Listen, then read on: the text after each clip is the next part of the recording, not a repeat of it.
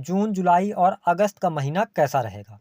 ग्रह गोचरी स्थितियों के आधार पर आने वाले 90 दिनों में आपके जीवन में किस प्रकार की परिस्थितियों का निर्माण होगा, जीवन के किन क्षेत्रों में आपको सफलता प्राप्त होगी, जो वर्तमान समय में आपकी परेशानी चल रही है उसका अंत कब तक आपको प्राप्त होगा। साथ ही एक ऐसा उपाय हम आपके साथ इस वीडियो में शेयर करेंगे जिसको करने के बाद यदि आपके जीवन में किसी भी प्रकार की समस्या चल रही होगी उसका समाधान निश्चित तौर पर आपको प्राप्त होगा। तो यह वीडियो आपके लिए बहुत ही महत्वपूर्ण और खास रहने वाला है।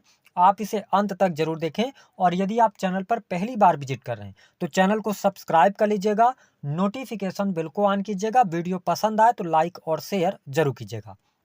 देखिए कर्क राशि वालों, यह वीडियो 3 पार्ट में रहने वाला है। पहले पार्ट में हम जानेंगे कि ग्रह गोचरी स्थितियां आपके लिए किस प्रकार की बन रही हैं।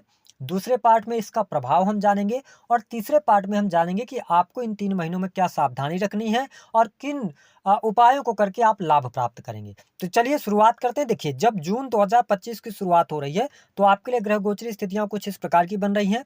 आपके प्रथम भाव से मंगल का गोचर होगा, केतु आपके द्वितीय भाव से गोचर करेंगे, राहु आपके अष्टम भाव में रहेंगे, जो शनि की स्थिति है वह आपके नवम भाव से गोचर करेंगे, शुक्र आपके दसम भाव में रहेंगे, सूर्य बुध एक साथ आपके 11th हाउस से गोचर करेंगे और देवगुरु बृहस्पति का जो गोचर है वह आपकी राशि से 12वें भाव में रहने वाला है।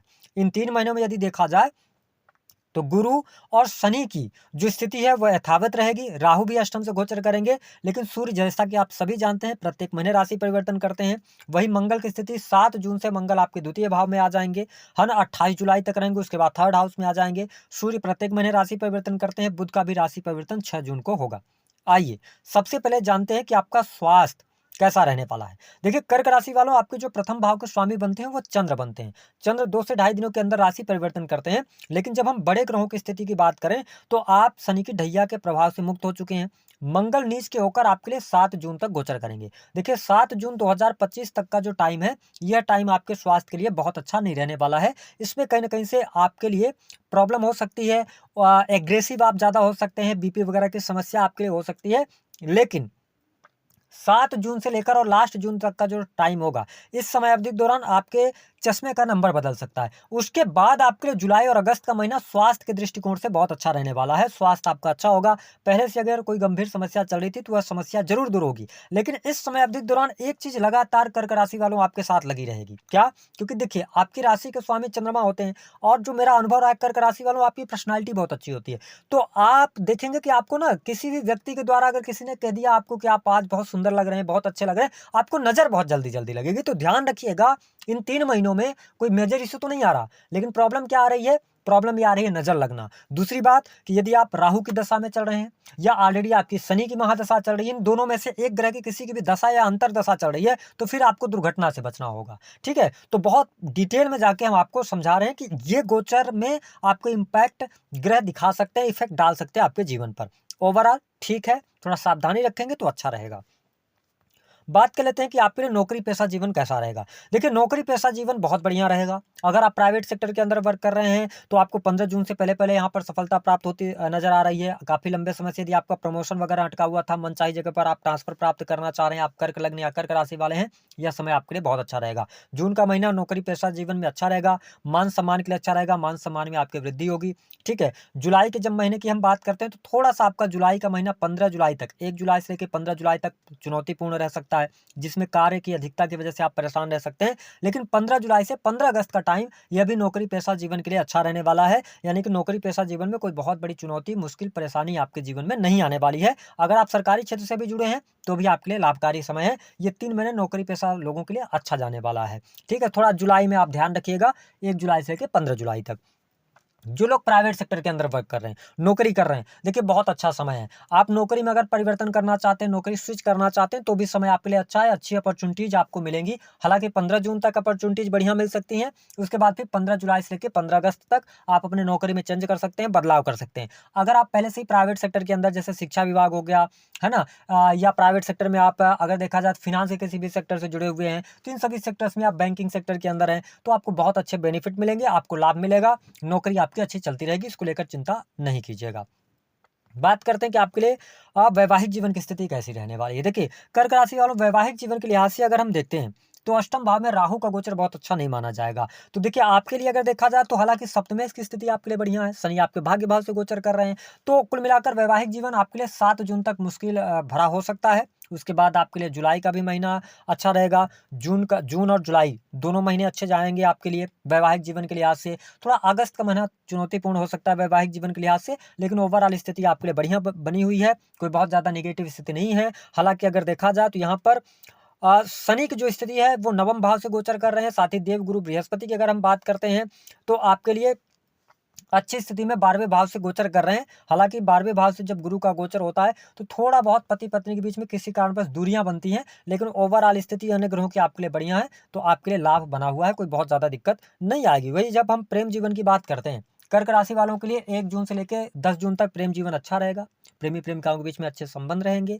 लेकिन उसके बाद 10 जून के बाद आपकी व्यस्तता बहुत ज़्यादा बढ़ जाएगी, या आपके पार्टनर की व्यस्तता बहुत ज़्यादा बढ़ जाएगी, और 28 जुलाई तक आपके प्रेम जीवन में उठापटक की स्थिति रहेगी, या आप अपने करियर की वजह से, पढ़ाई लिखाई की वजह से आप प्रेम में बहुत ज़्यादा ध्यान नहीं दे पाएंगे, जो आपके लिए अच्छा रहेगा। 28 जुलाई के बाद भी प्रेम की स्थिति बढ़िया होगी, लेकिन इन 3 महीनों में अगर देखें हम, तो आप थोड़ा अपने प्रेमी अथवा प्रेमिका को लेकर ओवर पजेसिव रह सकते हैं। यानी कि आप भले ही थोड़ा सा दूरियां बन जाए, लेकिन सुबह शाम आप उनको याद करेंगे, उनसे बातचीत करेंगे, और बहुत ज़्यादा जांच पड़ताल भी करते नजर आएंगे। तो प्रेम जीवन में ब्रेकअप हो जाए या बहुत बड़ी मुश्किल चुनौती आ जाए, ऐसा नहीं, आपको ये महसूस जरूर होगा कि आपके प्रेमी अथवा प्रेमिका आपको उतना ज्यादा समय नहीं दे पा रहे हैं। तो ओवरऑल स्थिति बढ़िया है, प्रेम संबंधों में आपको सफलता के लिए समय ये 3 महीना बढ़िया रहने वाला है। सबसे अच्छी बात, इन 3 महीनों में आप देखेंगे कि देवगुरु बृहस्पति जब आपके 12वें भाव से गोचर कर रहे हैं, तो यह समय स्थान परिवर्तन का होगा।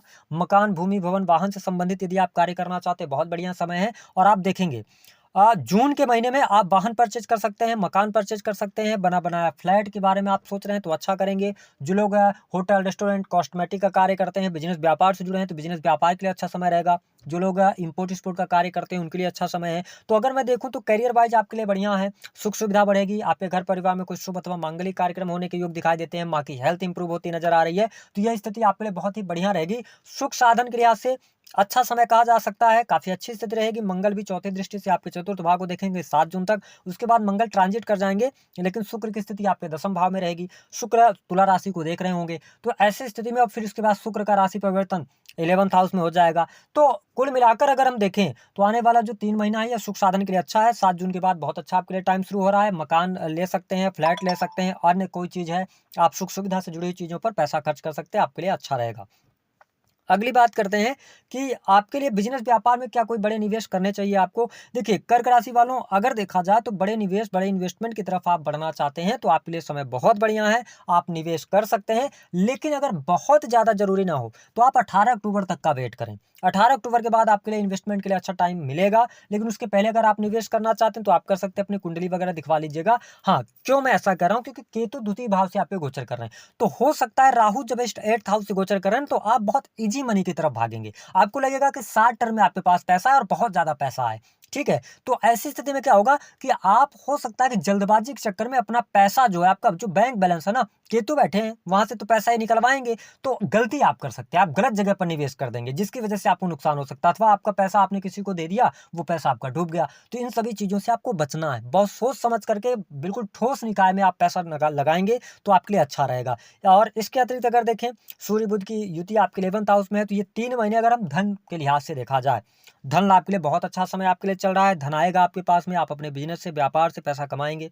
धन आएगा। जो लोग अकल्ट, एस्ट्रोलॉजी, ज्योतिष, तंत्र मंत्र से जुड़े हुए हैं, या शराब की फैक्ट्री वगैरह चलाते हैं, या माइनिंग से जुड़े हुए कार्य करते हैं, ठीक है, प्रोडक्टिविटी का कोई भी कार्य करते हैं, डाटा एनालिसिस का कार्य हो गया, जो लोग चार्टर्ड अकाउंटेंट वगैरह हैं, उनके लिए समय अच्छा है, आप अच्छे तरीके से लाभ कमाते हुए नजर आएंगे। हाँ, कुछ यहाँ पर 1-2 चीजों से आपको बचना, जो मैंने कहा था, थोड़ी सावधानी से आपको आगे बढ़ना होगा। पहली बात कि अगर आपके पास में अथॉरिटी है, आप अंडर द टेबल काम ना करें, आप कोई भी इलीगल काम ना करें, क्योंकि इलीगल काम करेंगे तो आप फंसेंगे, क्योंकि अष्टम भाव से राहु का गोचर हो रहा है। आज आप छुपाने की कोशिश करेंगे, कुछ दिन बाद आप फंस जाएंगे, तो इलीगल काम करने से आपको बचना चाहिए। तीसरी बात यह रहने वाली है कि थोड़ा सा चोट चपेट और अपने हेल्थ का ध्यान रखें, ठीक है। अपना पैसा किसी भी व्यक्ति को उधार न दें, ठीक है। किसी भी व्यक्ति पर जरूरत से ज़्यादा बिलीव ना करें, क्योंकि अगर आप ऐसा करेंगे तो आपका पैसा डूब जाएगा। ये चीज़ें थोड़ी सी आपके लिए निगेटिव जा सकती हैं। बाकी आकस्मिक धन लाभ का योग बन रहा है। अगर प्रॉपर्टी से जुड़ा हुआ कोई आप मसला चल रहा है आपके जीवन में, कोर्ट कचहरी आदि का कोई मैटर चल रहा है, तो आप सारी चीज़ें कंप्लीट कर सकते हैं, यानी कोर्ट कचहरी आदि के मामलों में सफलता आप प्राप्त कर सकते हैं, ठीक है। बाकी इसके अतिरिक्त अगर देखा जाए तो उपाय की जो हम बात कर रहे थे, तो उपाय आपको क्या करना है। उपाय के तौर पर यदि देखा जाए तो आपको लेना है एक कच्चा नारियल, ठीक है। कच्चा नारियल ले लीजिएगा, जिसमें जटा वाला नारियल होता है वो ले लीजिए। थोड़ी सी मात्रा में आप राई ले लीजिए, ठीक है। और आपको लेना है रोली पाउडर, इसके साथ में थोड़ा सा साफ स्वच्छ जल लेना है, और एक रक्षामूली सूत्र आपको ले लेना है। सभी सामग्री को शनिवार के दिन आप 2 बजे के पहले खरीद लीजिए। उसके बाद अपने पूजा स्थल पर शाम के समय आप हाथ पैर धुल लीजिए। वहां पर एक दीपक जला दीजिए। आप सरसों के तेल का जला सकते हैं, घी का जला सकते हैं, जो भी आपकी स्वेच्छा हो। उसके बाद उस सभी सामग्री को वहीं पर रख दीजिए।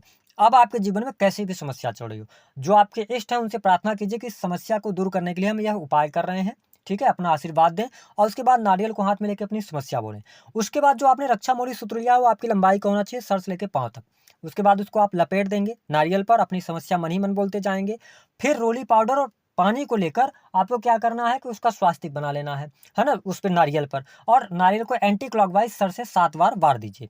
उसके बाद जो आपने राई लिया हुआ है उसको भी एंटी क्लॉकवाइज अपने सर से वार दीजिए। उसके बाद इन दोनों सामग्रियों को ले जाकर जो भी आपके आसपास जल जहां बह रहा हो, नदी हो, तालाब हो, नहर हो, उसमें आप डाल सकते हैं। नारियल को बहा सकते हैं, गंदे पानी में नहीं फेंकना है।